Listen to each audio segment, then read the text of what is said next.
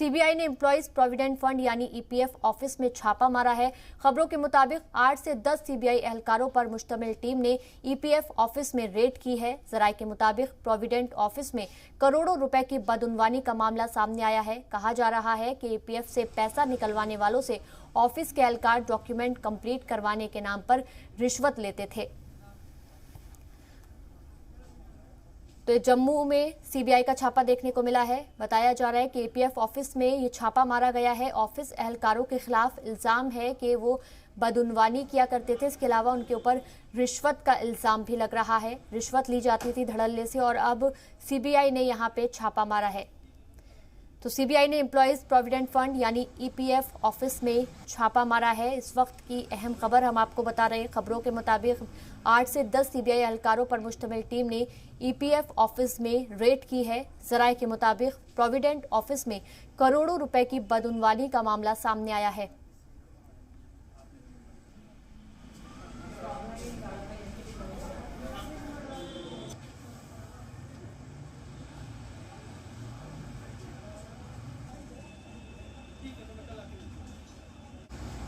पैसा निकलवाने वालों से ऑफिस के एहलकार डॉक्यूमेंट कंप्लीट करवाने के नाम पे बताया जा रहा है कि रिश्वत लिया करते थे। चलिए खबरों में बढ़ेंगे आगे, बात करेंगे अगली खबर की। मरकजी वजीर रोड ट्रांसपोर्ट और हाईवे नितिन गडकरी ने एक पुरवकार तकरीब के दौरान 4 एनएच प्रोजेक्ट्स का संगे बुनियाद रखा।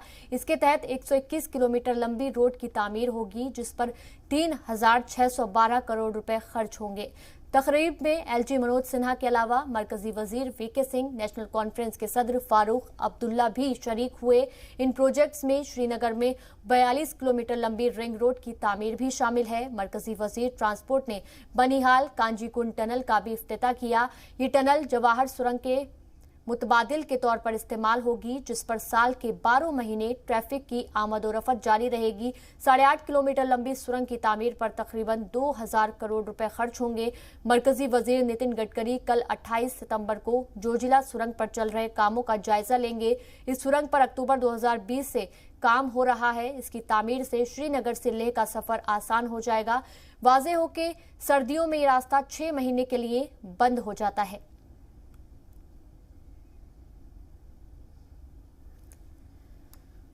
उधर एलजी मनोज सिन्हा ने जम्मू कश्मीर में बुनियादी ढांचों की मजबूती के लिए वजीर-आजम नरेंद्र मोदी का शुक्रिया अदा किया। 4 एनएच प्रोजेक्ट्स का संगे बुनियाद रखे जाने पर ट्वीट करते हुए एलजी ने लिखा कि कौमी शाहराह से लेकर देही इलाकों में सड़कों की तामीर तक जम्मू कश्मीर के बुनियादी ढांचों में इनकलाबी तब्दीली आ चुकी है। एलजी ने कहा कि एनएच प्रोजेक्ट्स की तामीर से जम्मू कश्मीर में समाजी और माशी तरक्की की राह हमवार होगी। इसके अलावा एलजी मनोज सिन्हा ने मुल्क में सड़कों का जाल बिछाने और रिकॉर्ड मुद्दत में काम पूरा किए जाने पर मरकजी वजीर ट्रांसपोर्ट नितिन गडकरी का भी मुबारकबाद दी।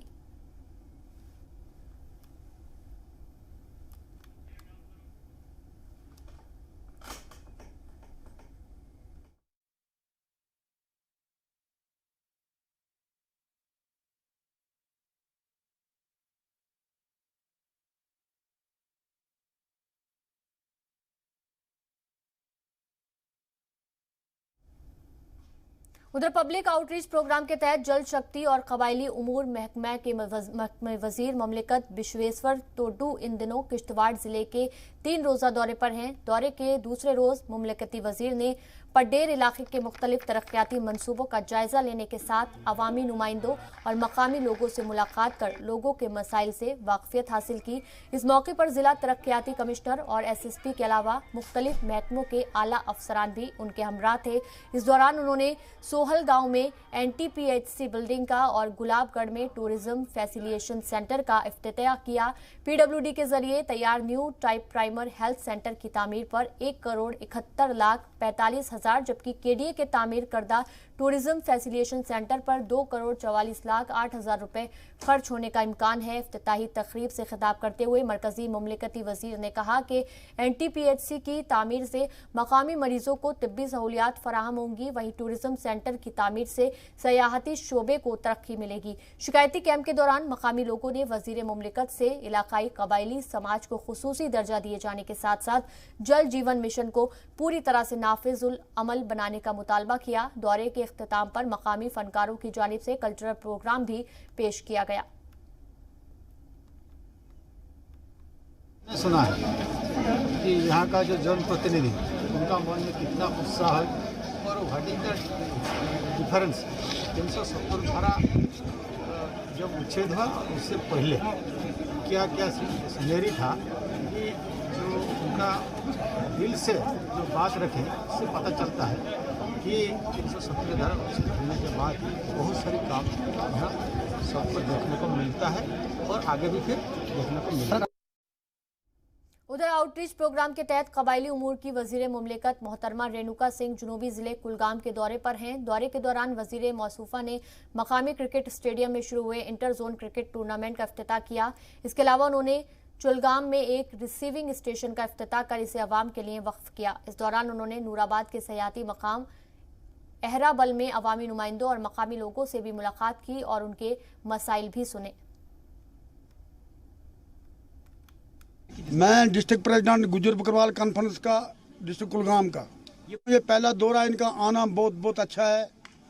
इनके आने से मेरे ख्याल में यहाँ पे डिस्ट्रिक्ट कुलगाम की डेवलपमेंट के लिए या इलाके के लिए बहुत आना अच्छा है। लेकिन जब करेंगे, अगर करेंगे तो उस लिहाज से मैं यही समझता हूँ कि ये लोगों के लिए बहुत अच्छी बात है। बहुत अच्छी डिमांड रही, हमने डिमांडें रखी, पूरे मैंने खासकर डिस्ट्रिक्ट की डिमांड रखी, मैंने खासकर ट्राइबल एरिया की डिमांड नहीं रखी, ट्राइबल लोगों की डिमांड नहीं रखी, मैंने नॉन ट्राइबल एरिया लोगों की डिमांड भी रखी। मैंने बात रखी कि हमारा डिस्ट्रिक्ट बहुत पसंद है, बेरोजगारी से मारा हुआ है, यहाँ पे हमारे बच्चे बेरोजगार हैं, ड्रग कर रहे हैं, सुसाइड कर रहे हैं, तो उसके लिए खास कोई पैकेज भेजा जाए, यहाँ की बेरोजगारी दूर होनी चाहिए।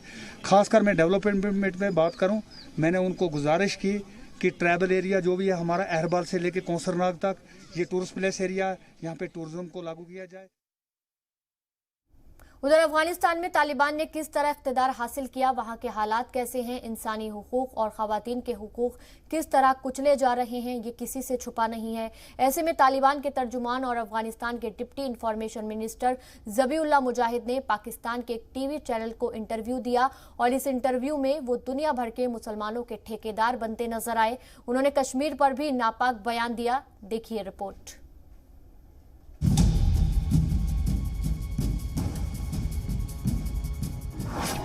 ज़बीउल्लाह मुजाहिद ने खोली पाकिस्तान की पोल।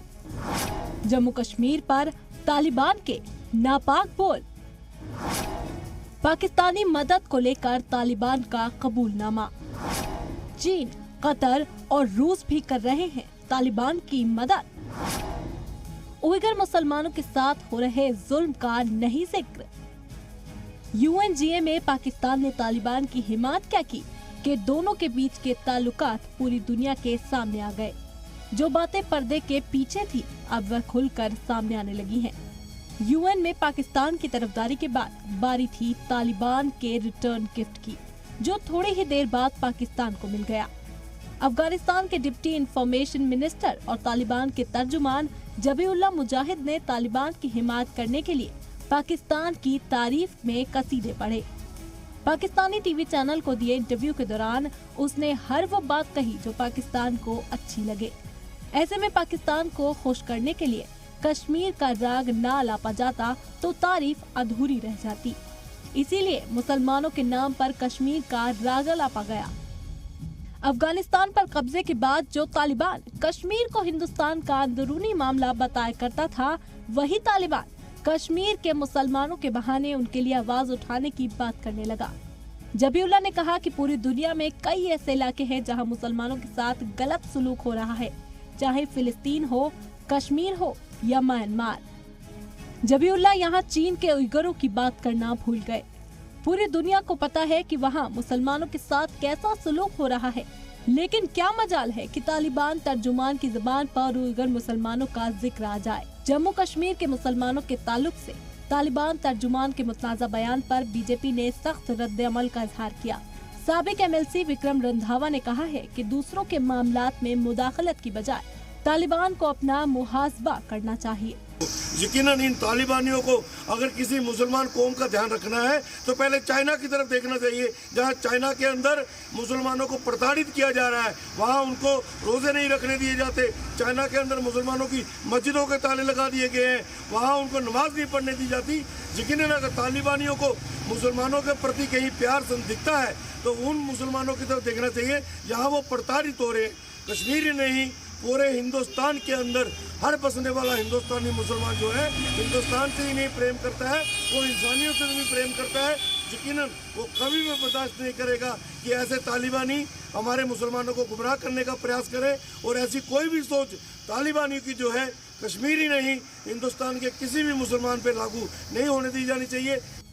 जम्मू कश्मीर के खुशहाल मुसलमानों पर जुल्म की मनगढ़ंत बात करने वाले जबीउल्लाह उइगर की बात इसलिए नहीं करते क्योंकि उनके चीन आका नाराज हो जाएंगे। जाहिर है कि तालिबान वही बोल रहा है जो पाकिस्तान और चीन को अच्छा लगे।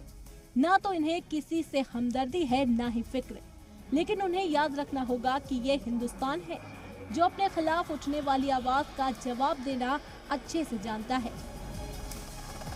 ब्यूरो रिपोर्ट, जी सलाम। किसानों के ऑल इंडिया बंद का जम्मू खित्ते में भी जुज़वी असर देखा गया है। ज्यादातर अजला में हालात नॉर्मल रहे। जम्मू में कुछ इलाकों में बंद का असर देखा गया, जबकि कठुआ में मुजाहिरीन ने ट्रेन रोकने की कोशिश की। एहतजाज के सबब जम्मू में ट्रेन सर्विस मुतासर हुई। कई ट्रेनें मुकर्ररा वक्त से ताखीर से रवाना हुई।